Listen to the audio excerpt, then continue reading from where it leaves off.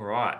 Welcome to episode 16 of Zooming with Dan. I didn't realise how many episodes we're actually up to until I saw our own promotion on Facebook. So I do thank Steph in our team for creating all the promos, because that's not something I have any clue on how to do. So Steph is a bit of a master in our team. For those who tuned in last week, it was obviously a bit of a disastrous night with wild weather sweeping through Melbourne, and I guess in particular Blackburn, where our guest Creighton Parker lives. He had internet, or he had no internet, then he had internet, then he didn't have internet, and as we know, the chat got called off about 5 minutes in, and then you all had to listen to my old story. So moving on this week, I'm absolutely delighted to have Maddie Dazenko with us. Maddie is one of a brilliant team of professionals down at Calvary Healthcare Bethlehem. We did have another OT from Calvary way back when this started, Sarah Solomon. And I was actually just texting Sarah before trying to get a bit of dirt on Maddie, but she wouldn't give me any. And she simply said she's the greatest OT in the world or something like that, and will go the extra mile for anyone. So pretty good summary from your line manager there, Maddie. That's pretty good. But look, I will hand over to Maddie to, I guess, introduce herself and her role. As we know, in the MND space, OTs play a critical role in the care of those living with the condition. It's a very, very broad discipline, for want of better words. And Maddie will touch on that as we go on. So Maddie, over to you. Great, thank you. Thanks for having me. So I'm Maddie. I'm one of the OTs down at Bethlehem Hospital. I work in what's officially called the statewide Progressive Neurological Disease Service at Bethlehem, where a lot of people with MND would be linked in with their medical and allied health team. So I guess occupational therapy, we'll start there. What is an occupational therapist? It's a pretty broad profession. It can be pretty difficult to explain, but I'll give it my best. I guess, we look at keeping people, independent throughout their journeys, as safe and independent as possible, keeping them doing what they want to do as best as they can, whether it's changing how they do it or changing the environment that they do it in. Which is very general, but I'm sure many people who have seen an OT would know that we're pretty important in keeping people safe along their journey. So in the clinic, we would check in with people every few months just to see how they're going, kind of let them know different things that are out there that can help them stay independent, and give them options on how to do that, and link them in with other services. So we're a bit of a hub, and we work a lot with the community to support people as best as we can. Nice one. Just outside of that, I've just heard that you are a pro snowboarder, so I thought I'd better drop that in, and I've just found out that Maddie does live just down the road from me, which a bit of a small world. And but going back to, sorry, I'm just gonna keep the pro snowboarder there, that comment there. You probably missed that this winter, haven't you?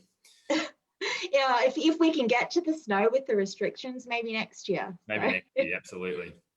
Going back to Calvary Healthcare Bethlehem, most people watching will know a lot about the service and the hospital. It is a specialised hospital for those with progressive neurological conditions. And I know our team here at MND Victoria work very closely with Maddie and the whole team down there at Bethlehem. But from your perspective, talk me through, I guess, what the hospital is all about, and where you fit in amongst a wide range of health professionals supporting those with these neurological conditions. Yeah, so I guess, our hospital is with people, from start, to finish of their journey. We don't go away, we're always there. And if there's any kind of questions, queries that people have, they can always come to us. I guess within the OT service, yeah, as I said, we are there to check in every few months, and as things come up, they can come to us, and we can point them in the right direction to help them with whatever issues they might be having. Yeah. I know I'm really fascinated by the OT role, and you touched on it earlier about how broad the role is, and there's no rule book, would you say? I think I've seen some examples myself that you come up with these creations that no one would think of except you guys, and I think MND is a disease that affects everyone so differently, so you can't really have hard and fast rules. There's no recipe, and there's no kind of, we're very much thinking outside the box and finding things that aren't perfect that, but will work for the people that we see, to help them, keep going. And yeah, a lot of it is, thinking of some random things that work that, you think, oh God, would that really work? But, once you kind of get it in place, you're like, oh, yeah, we got there. So I might put you on the spot here. Have you got any really random examples of something, a piece of equipment that you've created or adjusted for someone with MND in recent times? Oh, it's a tough one. Maybe for someone who's, losing their hand function, and, they're having trouble keeping their hand up and also gripping onto a spoon or a fork or whatever, getting a wrist splint and putting that on to keep their wrist up, and then also kind of wedging the fork within the wrist splint, so you kind of they were able to feed themselves even though they didn't have too much of their finger grip or wrist movement to do that on their own. So that was a bit of a mismatch solution there. I love it. I guess, creative thinking is probably a prerequisite for being an OT. So I know, sort of a bit of a segue into next week, Creighton Parker. I know you know Creighton quite well, but he's a bit of a creative man himself, and has a creative friend who's got all sorts of fascinating pieces of equipment. Not sure if they've been ticked off by you guys, but he is going to showcase some of them next week, which we're looking I'll have to to tune in and check out what he's been up to then. You definitely will. He has only good things to say about you. So,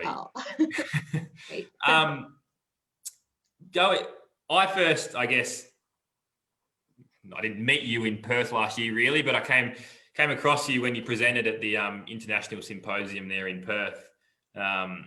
And ironically, you were presenting about electronic assistive technology, and in particular eyegaze, and just a random fact, you did present a video that featured my dad, of all things. I didn't really expect it, but it was really, really nice. And I know you did have a bit of work with my dad and his experience in eyegaze. He was a tech geek himself, so he really flourished, embracing the technology. But talking about eyegaze, that it is a big interest of yours, and all electronic assistive devices. So talk me through, I guess, what is electric assistive technology in your eyes, and how does it differ from other equipment and technologies? Yeah. So I guess, when people talk about assistive technology, you think automatically, tech or, eye gaze and things, but assistive technology actually refers to any bit of equipment that can help you. So it could be, a wheelchair, or it can be a bed, or it can be, one of our electric lift recliners. That's all considered assistive technology. But when it comes to electronic assistive technology, that's when we're talking about different tech,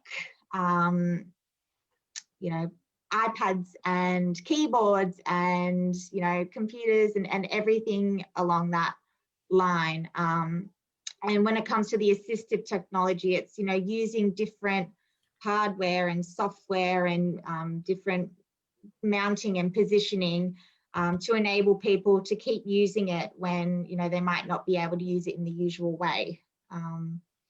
So, we've got a whole amazing tech room that's been built up over many, many years at Bethlehem. That's from lots of grants, rallying and donations and things like that. So we're pretty lucky that we've got a lot of things there that we can trial and loan to people, as they need it and as they want it, as they want to try it and see what's there. So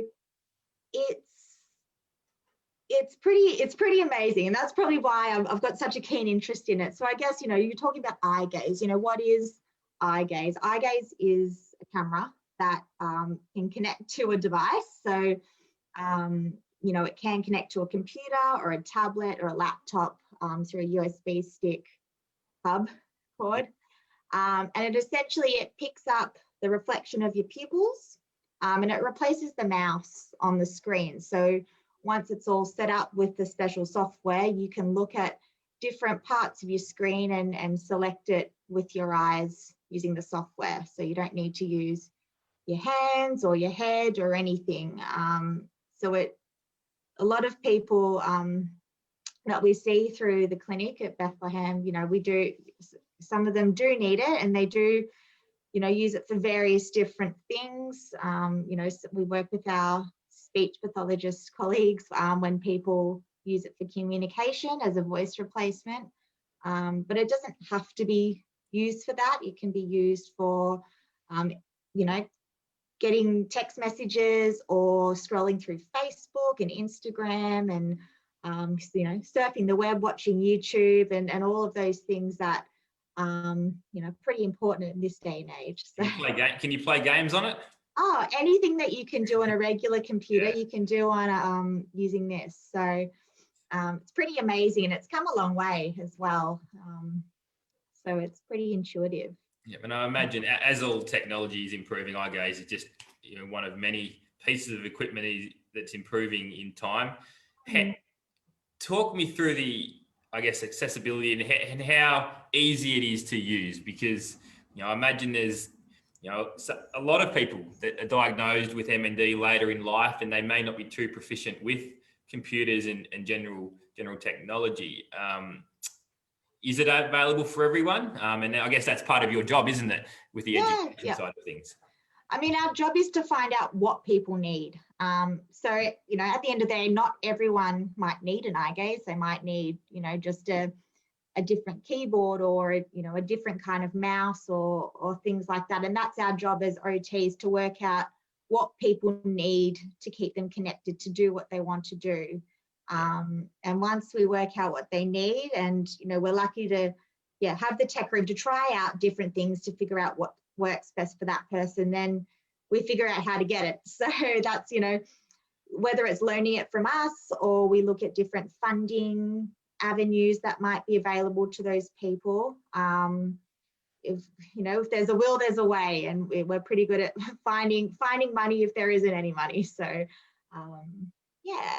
No, I certainly love that. And it's something I'm very passionate about, eye gaze, because I've seen firsthand that losing your speech, it's such a massive part of the MND journey. And when you can't speak anymore, there's all sorts of issues that arise. And if you can utilize this new technology, really, eye gaze, you can do a lot more. And I know I've talked about that a little bit, but I saw him use it for 4 or 5 years really, really well. And not only did he communicate with it, he'd be sitting there in the lounge room, and all of a sudden his computer's talking to you, which was a bit weird at start, but it became the normal voice. And he, at my wedding, he used his eye gaze to speak, perform a speech at the wedding. So I've seen it used in the best way possible, and I'm a big advocate for those who will need it in time. And I guess be patient. I think that'd be some advice that you'd have, because it's not easy to learn straight away. Not easy. No, I mean, we say it's intuitive and that, you can pick it up, but, when you've got a whole lot of other things going on, with, being comfortable in your position and, figuring out where you're going to use it, and, fatigue as well, looking at a computer for a long time makes you tired. So, it does take time and practice, but, if it's something that people need, we go through that, we talk through that, and, it's important to get like you, the family involved in, surrounding there and, keeping it, setting it up and keeping it charged and, doing all the software updates and all of that. It's not a stop and drop thing. It's something that everyone, gets around to keep working at. But your dad was a super user. That video, he made it all by himself and just sent through the video file. So he actually sent it with my colleague Rachel's presentation to start with, but I stole it. So it's pretty amazing. Yeah, he didn't mind doing it, having a bit of self-promotion and doing things himself and getting his mug out there. So, but yeah, so that's eyegaze. Have you got any other examples of ways people can communicate when they start losing their speech outside of eyegaze? Yeah, definitely. I mean, when it comes to communication, that's where our speech pathologists are really the the people that know everything. Really, we see what they do and work with them to make those things work. But there's high tech and there's low tech options. So when it comes to high tech, which is what we're talking about with eyegaze, it doesn't necessarily need to be an eyegaze camera. It could be, a head mouse or, different text to speech apps and looking at, how people are using their hands to use them as well.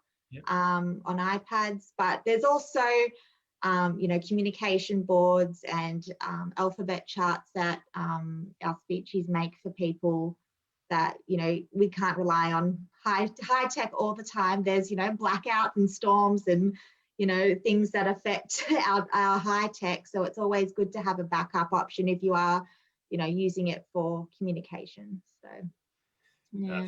Yeah, good point, because, as I said, there are always things that get in the way of tech and, options for everything. Tech always fails, so it's always good to have a backup. Exactly, and that's where the creative thinking comes in, I guess. Yeah. You love learning, and I know you love being involved in various other research projects, for example. Can you talk us through some research that you might have been involved in the past or are currently involved in that might be really interesting to learn about? Yeah, definitely.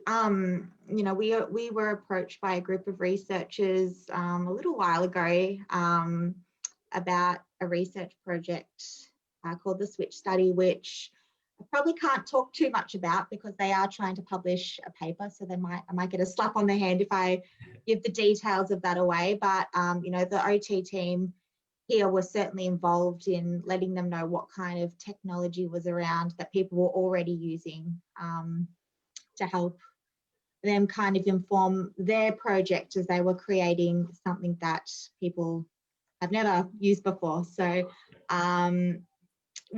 we were involved with that in some of the trials. And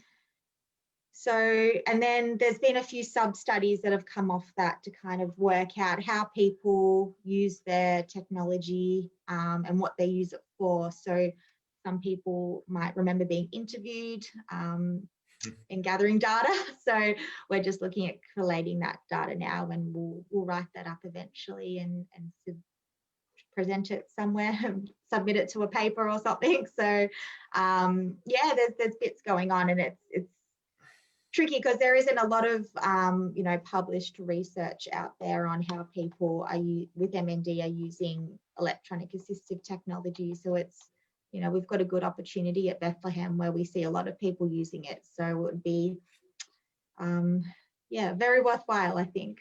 Totally. When we get there. I know a little bit about it. Have you got can you give anything away about when something might be published? Because it'll be something very exciting to hear about. Hopefully soon. Very, very soon, hopefully. Very quick. We'll leave it at that. We'll leave that there. A credit to you all for being involved in that. And I think technology is advancing, like we've said many times, and it's just another step in that direction. I guess going back to the OT role, you're one of many allied health professions that make up the multidisciplinary team. I got that word. So many big words in this. Multidisciplinary. Yeah. Thank you. The team in the care of those living with MND. Talk us through, I guess, how you work with all the other allied health professionals and even us here at MND Victoria, in particular the MND advisors? How does all that link together? Yeah, yeah. I mean, it's such an important thing to, you know, make sure we are all working together to help for the care of people with MND. You know, like I said before, you know, we work very closely with the speech pathologists when it comes to communication. And, you know, it's a very much collaborative role there where we work, you know, the speeches have the communication and we have, okay, how are they going to practically use it? So it's, you know, it's very much go hand in hand. You know, we work very, very closely with our physio colleagues as well, lots of positioning and mobility and, you know, working out ways for people to best get around and things like that. So we do lots of joint appointments together. Yeah. In the clinic, and as you know, same with our dietitian colleagues, you know, when it comes to feeding as well. You know, if people aren't getting enough in, working out, you know, how can we, you know, help people feed themselves, or even, you know, when it comes to peg feeding as well, if someone wants to continue to do that themselves, you know, within our own kind of clinic, we're always kind of talking to each other, and when the different things come up, we, you know, we'll jump in and try and help out. But, you know, broadly as well, you know, we are just in the clinic. We wish we could come out to people's homes a bit more, but it's so important for us to work with the community therapists as well. So again, you know, we're always on the phone, always on the email, you know, working with them, just try and, you know, coordinate everyone to work out the best care. And, you know, again, that's where the MND advisors come in. You know, we talk to them probably every day with different things that come up. So it's, we're always on the phone. That's the end of the story. Oh, I love it. That collaboration is huge, and we have a bit of a saying here at MND Victoria around one team, and that doesn't necessarily just mean us here at MND Victoria, but one team is all the people involved in the care of someone with MND and their families, of course. And definitely, because ultimately they're the important ones. You know, they're the ones that need the best care, and they only get the best care when everyone is working like a well-oiled machine together. So I couldn't have said it better myself. So that's I've learned over the years. And I guess going back to, we had a really good chat a few weeks ago with some great team members from Barwon Clinic down there in Geelong, and Calvary's the same. They're both essentially one-stop shops, I guess, would you say, where people with MND can come and see all the professionals in one go, and I think that's a big benefit to the setups around Victoria, just like. Definitely. And, you know, outside of COVID times, you know, having our OT room in the clinic where it is like a one-stop shop where we've got our recliners, we've got the beds, we've got brochures, we've got all these aids that people can actually try and use and see, you know, what these things actually are rather than just pictures or us describing it. So it's, you know, we're very much looking forward to this pandemic being over so we can have people back to the clinic, because it is very worthwhile when you can actually touch and feel and see things in the flesh. It makes it, you know, a lot easier. Exactly. And I guess out of all the professions, you know, being an OT, it's probably been really hard through this COVID time, as you just said, because it's so important to touch and feel and fit everything perfectly to the individual. Can you just talk a little bit about how you have adapted through these times and how the services have been delivered? Well, Zoom has been amazing. To keep us connected with people, it's, you know, challenging at times. It's not quite the same, you know, having a conversation via screen than in person. No, but it's been really good to keep people safe, and to still make sure that they're getting the care that they need. And, you know, share screen has been very helpful to show people things. And you often see us walking around with our laptops saying, oh, have a look at this, have a look at that. So, or watch me get in and out of the bed. So we've been getting creative and, you know, trying to make it work. It's not perfect, but it's, you know, the best that we're doing our best to make it work in these trying times. So, like we all are, and you know, we've all learned to adapt incredibly quickly. I think some of us here still struggle with the whole share screen function, but Uh, we don't have to show people how to get in and out of beds and wheelchairs. So we'll leave that one to you. I think we've covered a wider range of topics, but coming back to a more personal level, what are the most rewarding aspects of being an OT in this space that you're in now, in particular, working with those with MND?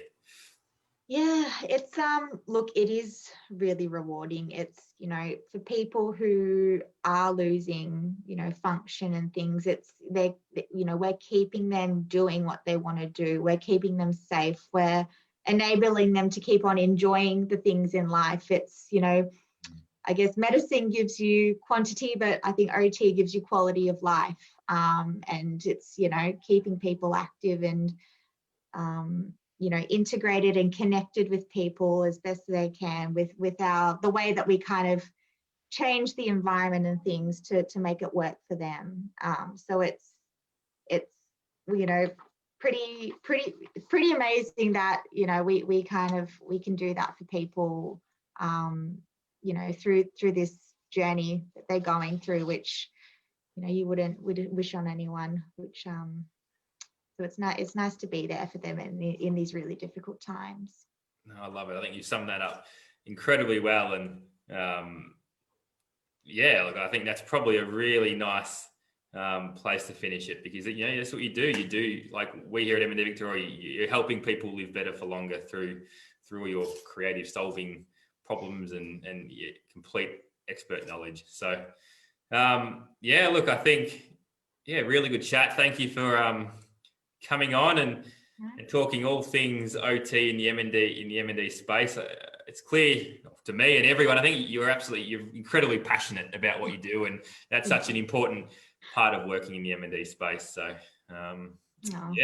keep doing what you're doing, and hopefully those with MND can come into the clinic and you can start working like an OT really should, and getting all creative. Oh, thank you very much. And, thanks for having me, and thanks for asking me along here. It's been great. My pleasure. Thank you very much. And good night, Maddie. Night.